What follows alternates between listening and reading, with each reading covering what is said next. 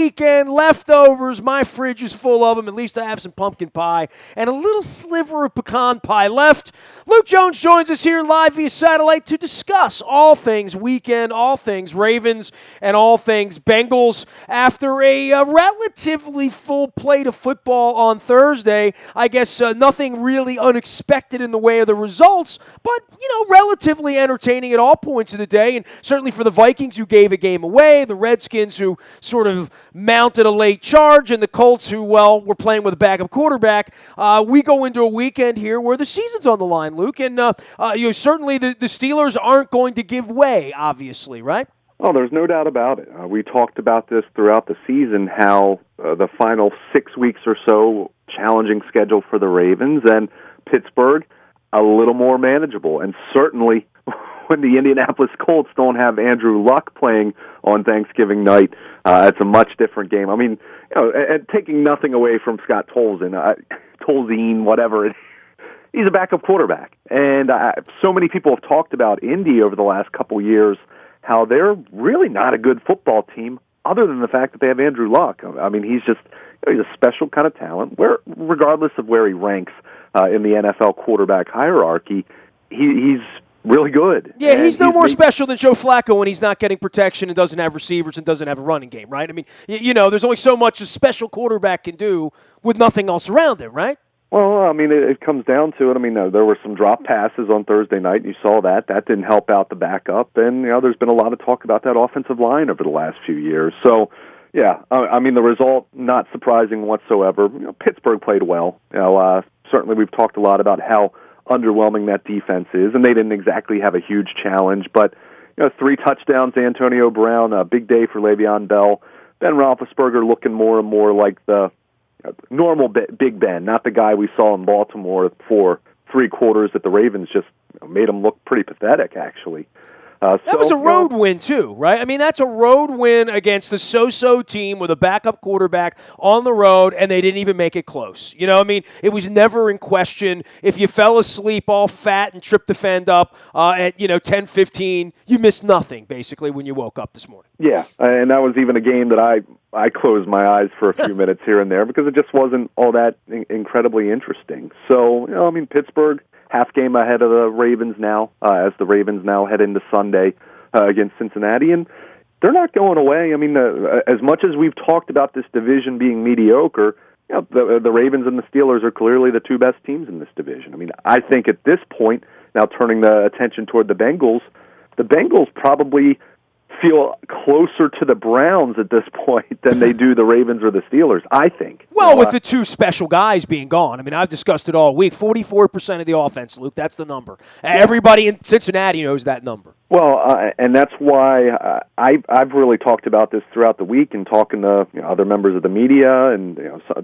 trying to talk to different players about this, and they're clearly going to be careful in how they speak, but the Bengals right now remind you a lot of what the Ravens were a year ago. They've lost some close games. Record is not very good. I mean, this team's only won 1 game since the end of September. Sort of slipping down the cliff and holding on for dear life, kind of at this point. That's where the Ravens were last year, even before Flacco got hurt. It was this weekend that Flacco got hurt last year. Yeah, I mean, the season was already over before Joe Flacco and Justin Forsett got hurt. I mean, the season was pretty much over when Steve Smith got hurt a few weeks before that. I mean, this team last year got off to a 1-6 start. The Bengals aren't that bad record-wise, but 3-6-1. I mean, they know they have to run the table, and I don't like their chances to be able to do that because they weren't that good of a football team with A.J. Green and Gio Bernard. So, this is a team that you can't take lightly because the Ravens have lost 5 in a row to Cincinnati, and that defense, even though statistically the Bengals haven't been very good on that side of the ball, that is a defense that historically has given Joe Flacco a lot of trouble. Look at the career numbers against Cincinnati compared to even Pittsburgh, and you see that Joe's had a lot of issues against them. So, you can't take it lightly, but at the same time, if this Ravens team is, even an okay football team, which I think most of us, even at 5-5, you acknowledge that they're at least average. This is a Bengals team that's below average right now. You have to beat them. There's no questions asked, and I think a big key in this one is to start fast. I mean, it always is, and you hear that every single week, but you have a Bengals team that has not been very good for the last 6 weeks. They've lost key players off, obviously, A.J. Green topping the list. And you don't want to let them stay in the game because the longer you do that, the more confidence they have. And they do still have some good players. It's not as though the cupboard's completely bare. But it feels like the way that they've been beaten in the past, even with a lead, is A.J. Green. If he's not out there, how are they going to have a quick strike kind of offense that they've had in the past with those 4-play, 67-yard drives, if that's what you call them, that, have a couple of 20 and 30-yard verticals that the Ravens just can't defend on the back and can't get a hold of Dalton. I mean, the offensive line's been leaky. They haven't been able to run the ball well. Other than Green, they haven't been able to pass the ball well. The defense has been a little leakier this year. Everything about them's a little off kilter from everything we've seen, right? Yeah, I totally agree. And really, for me, I'll go back to what I was talking about as far as the Ravens needing to start fast. A lot of this just how much of it will be about the Ravens. Let's face it, the Ravens have, other than the second half of the Browns game, they haven't really blown anyone out. They haven't really had large stretches of games where they've been totally dominant. The Ravens just have this tendency of letting teams hang around. So, to me, that's the biggest question. I expect the Ravens to win this football game. They need to win this football game. But, it's still one of those cases where do you play down to the level of your competition a little bit, so to speak? And some of the issues you just mentioned, the Bengals' offensive line, well, the Ravens have had their issues on the offensive line. So, I think the Ravens are clearly the better team here, but you got to go out on Sunday and you got to prove it right off the bat, and you got to start fast and build a lead. Do what Cincinnati, frankly, has done against them over the last few years. I mean, the Ravens haven't beaten them since the 2013 season. It's been a while. So get an early lead. It's a team that's feeling down about themselves. I don't care what they try to say. You're always going to say the right things to the media, but you know very well if the Ravens can jump out to a 13-3 lead, 14-3 in the second quarter, then that's going to be a Bengals team that's just saying, here we go again, and now we don't have A.J. Green or Bernard, and they're just going to be feeling sorry for themselves. So, I mean, that has to be the goal. You have to go out there, start fast, and I think because of what you just said, don't be afraid to go after Andy Dalton. Clearly, Cincinnati's going to try to want to run the ball. I mean, they have Jeremy Hill, who's had a pretty good year. He's averaging 4.5 yards per carry. So he's more than capable, even if he's had his ball security issues. Well, it's going to be a bigger part of their game now, right? I mean, whoever they play, they're just going to run more. Or going to try to. You would think so. Yeah. I mean, you would think so. I mean, they still have Tyler Eifert. I mean, certainly he's the one guy you have to watch out for big time right now. With no A.J. Green, Eifert's the guy you have to watch out for. I mean, he's missed a lot of time this year because of injury, but he's a dangerous weapon. He's someone that you have to watch down the seam, the middle of the field. But beyond that, I mean, you're looking at Brandon LaFell. You're looking at the rookie Tyler Boyd. I mean, it's a lot of unproven, several unproven pieces you're talking about. Maybe like the Ravens when we play without Steve Smith, like last year and like earlier this year, right? Like probably looks a little bit like that. Probably looks a little bit more like them playing without Steve Smith and Justin Forsett last year, quite frankly. Yeah, I mean that's why I said. I mean, to me, you look at the Bengals right now. That reminds me a lot of the 2015 Ravens, and I mean Andy Dalton, I think, is going to. He's a pretty good quarterback. I know a lot of people want to poke fun at him, and certainly the postseason lack of success speaks for itself for that entire football team. But he's someone that you wonder how he's going to fare now, not having A.J. Green, knowing teams that are going to be keyed on Eifert, and understanding that Jeremy Hill, they're going to try to run the football, but I mean at least against the Ravens, that's not what you want to be trying to do to win a football game. So. I think it's going to be a tough go of it for Andy Dalton, and he's had some good games against the Ravens in the past. He's had some really lousy games against the Ravens in the past, but I think probably going to see a little different story for him and a little different feeling for him not having A.J. Green out there and what kind of impact that's going to have on that offense. Yeah, man, I find it funny you're blaming him for last. He had nothing to do with last year. He didn't even play. And they had the game won last year, which is, they've really been a mess ever since that perfect incident, and I've talked about it all week with Cincinnati people, Luke, that, Marvin will be tied to that in the same way that I said Buck Showalter will be tied to Zach Britton if he never wins a championship. People will point to that and say, well, kind of went a little off-kilter there. Well, certainly for Marvin and for the Bengals, probably went a little off-kilter with Adam Jones and Burfict in the antics last year, and they haven't recovered. It looks like they're not going to recover, and this loss would continue to be sort of a byproduct of where they've been over the last 9 months. Now, where are the Ravens? Let's run through these injuries. You talk about the offensive line. We saw what was relatively surprising to most Ravens fans, and certainly I think it was to the media last Friday when it became clear Marshall Yanda was going to move over to the left side to protect his shoulder. And it felt like the offensive line was better in Dallas. Certainly not perfect, and there were lots of problems. We've been going through them all week, but at least to get the players on the field, Doomerville's running around. Jimmy Smith is obviously the biggest story, and it doesn't look like he's going to be running around on Sunday, right? Yeah, it's hard to say. I mean, Jimmy Smith, heading into the weekend, I mean, we only really saw him in the Friday walkthrough prior to the Dallas game.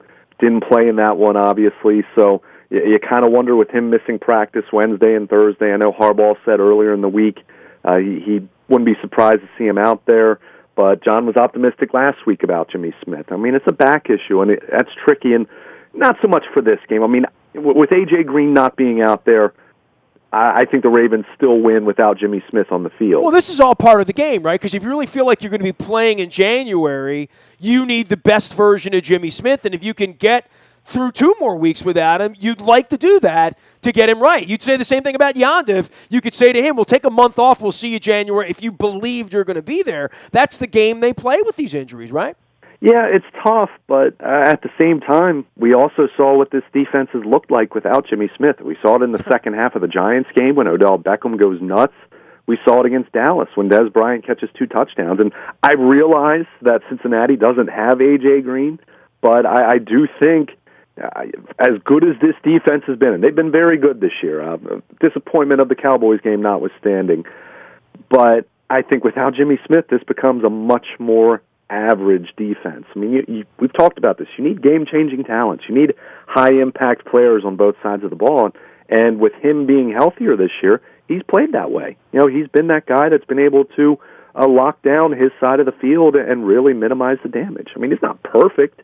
Not the best corner in the NFL, but he's played at that level we saw him play a couple years ago. So I think what's concerning about this, and you just alluded to it, is this a back issue that's going to linger? It's one thing if it's just a muscular thing that you need a week or 2 and then you're fine, or is this going to be something that he's going to have to manage throughout the year? Well, they certainly need him on Christmas Day, right? I mean, if you're talking about them playing against the Steelers, you're going to need him that day specifically. Eagles, Dolphins, you can certainly the Patriots, are you need everything. You need Dwayne Starks back and C-Mac back, and you need to rent Revis that day in his prime. I mean, that's what they're going to need to do over the next couple of weeks. But I could say, well, if he doesn't go this week, maybe that's not a bad thing. Maybe not. Yeah, I hear you, but at the same time, as long as they win, they have to win these games. You know what I mean? Yeah. Like, you can always start pointing ahead, and then before you know it,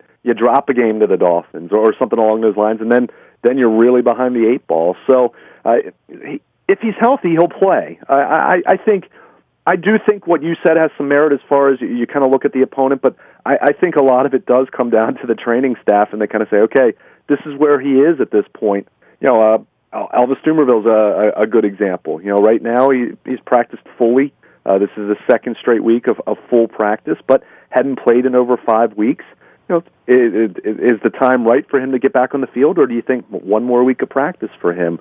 So we know the Ravens don't have a great margin for error. I think we all agree with that. They're 5-5. That's great. They're a half game behind Pittsburgh. A win Sunday gets them right back in line with where the Steelers are at 6-5.